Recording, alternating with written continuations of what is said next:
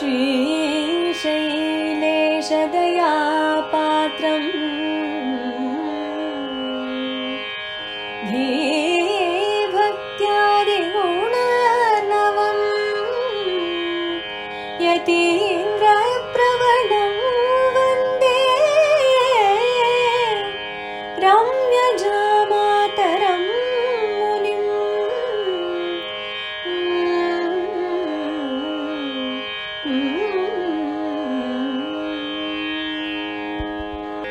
சச்சம்பிரதாயம் தாமுடையோர்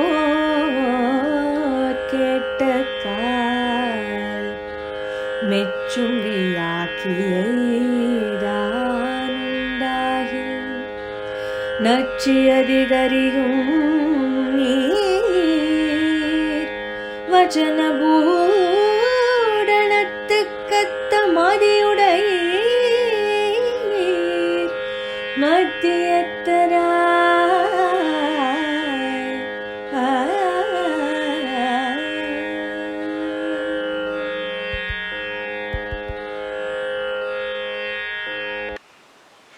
ஸ்ரீமதே ராமானுஜாய நமஹ.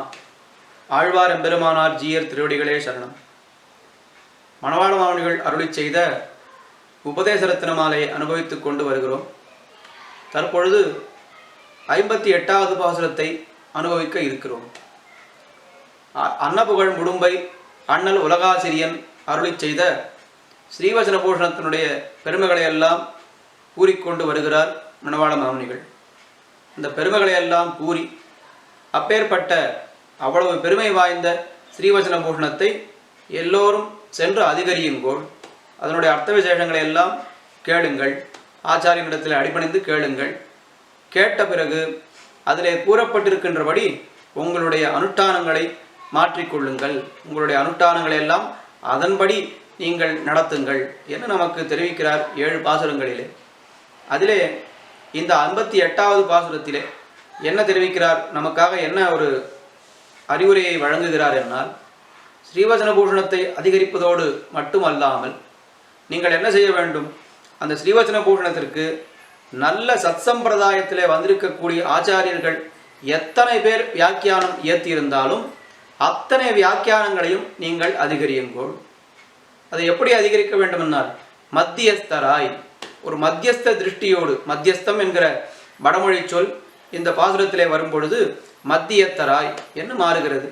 எவ்வளவு வியாக்கியானங்கள் அவதரித்தாலும் எல்லா வியாக்கியானங்களையும் நீங்கள் அனுபவித்தால்தான் அந்த ஸ்ரீவசன பூஷணத்தினுடைய உண்மையான தத்துவார்த்தங்களை எல்லாம் நீங்கள் தெரிந்து கொள்ள முடியும். சென்று அதிகரியுங்கோள் என்று நமக்கு உபதேசிக்கிறார் இந்த பாசுரத்திலே. சச்சம்பிரதாயம் தாமுடையோர் கேட்டக்கால் மெச்சும் வியாக்கியைகள் உண்டாகில் நச்சி அதிகரியும் நீர் வசனபூடனத்துக்கத்த மதியுடையீர் மத்தியத்தராய். சச்சம்பிரதாயம் தாமுடையோர் கேட்டக்கால். சத்சம்பிரதாயம் என்னால் என்ன அர்த்தம்? எம்பெருமானார் தரிசனம். எம்பெருமானார் தரிசனம் என்றுதானே நம்முடைய சம்பிரதாயத்திற்கு திருநாமம். யார் வைத்த பேர் அது? நம்பெருமாள் வைத்த பேர். எம்பெருமானார் தரிசனம் என்ன? இதற்கு நம்பெருமாள் பேரிட்டு நாட்டி வைத்தார். அம்புவியோர் இந்த தரிசனத்தை எம்பெருமானார் வளர்த்த அந்த செயல் அறிகைக்கா என்று மணவாள மாமுனிகளே உபதேசரத்தின மாலையிலே தெரிவித்திருக்கிறாரே. சத் சம்பிரதாயம் என்னால் அது நம்முடைய ஸ்ரீ வைஷ்ணவ சம்பிரதாயம், ராமானுஜ சித்தாந்தம், எம்பெருமானார் தரிசனம் இன்னும் இப்படி பல திருநாமங்களை உடைய நம்முடைய சம்பிரதாயம். அந்த சம்பிரதாயத்திலே என்ன நடக்கிறது என்னால், ஸ்ரீவசன பூஷணத்திற்கு பல ஆச்சாரியர்கள் வியாக்கியானம் இடுகிறார்கள்.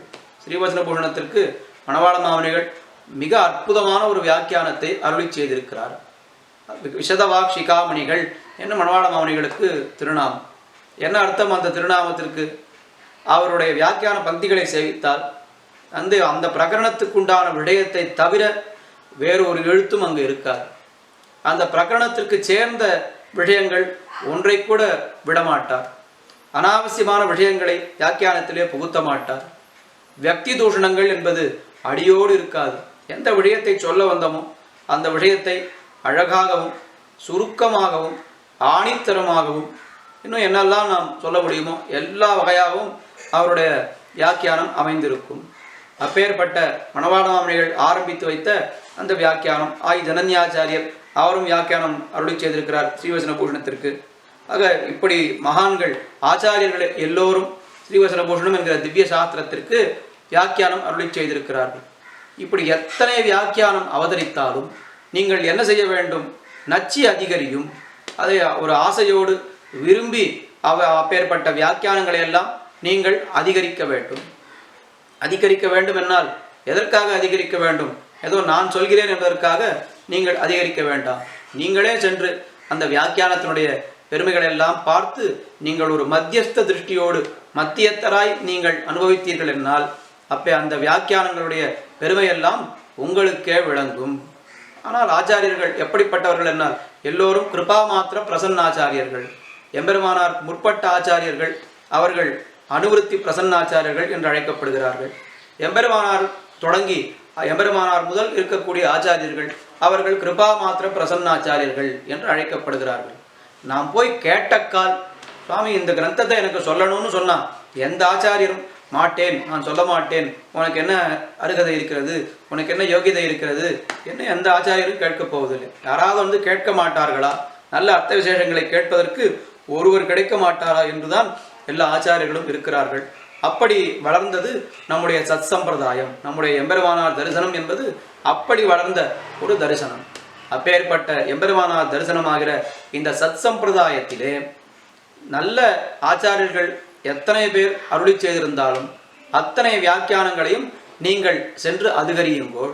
ஸ்ரீவசன பூஷணத்துக்கு எத்தனை வியாக்கியானங்கள் ஏற்பட்டாலும் அதனுடைய பெருமைக்கு தக்கவாகவே இருக்கும். திருவாய்மொழியை எடுத்துக்கொண்டால் அதற்கு எத்தனை வியாக்கியானங்கள் தோன்றியிருக்கின்றன? 6000 படி, 9000 படி, 24,000 படி, 36,000 படி, 12,000 படி, இன்னும் பல ஸ்தோத்திர கிரந்தங்கள், எவ்வளவு விஷயங்கள் எல்லாம், எத்தனை வியாக்கியானங்கள் திருவாய்மொழியை விவரிப்பதற்காக தோன்றியது. அதே போல இந்த ஸ்ரீவசன பூஷணத்தினுடைய பெருமையை விளக்க வேண்டும் என்னால் எத்தனை வியாக்கியானங்கள் அவதரித்தாலும் அது போறவே போராது. ஆக எத்தனை வியாக்கியானங்கள் அவதரித்திருந்தாலும் அத்தனையும் நீங்கள் சென்று அதிகரியுங்கள். நச்சி அதிகரியும் நீர், மத்தியத்தராய் அதிகரியும் நீர் என்று நமக்காக அவர் தெரிவிக்கிறார்.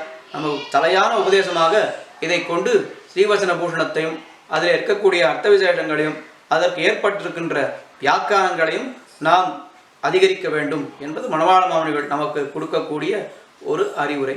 இந்த பாசுரம் மூலமாக ஆழ்வார் எம்பெருமானார் ஜீயர் திருவடிகளே சரணம்.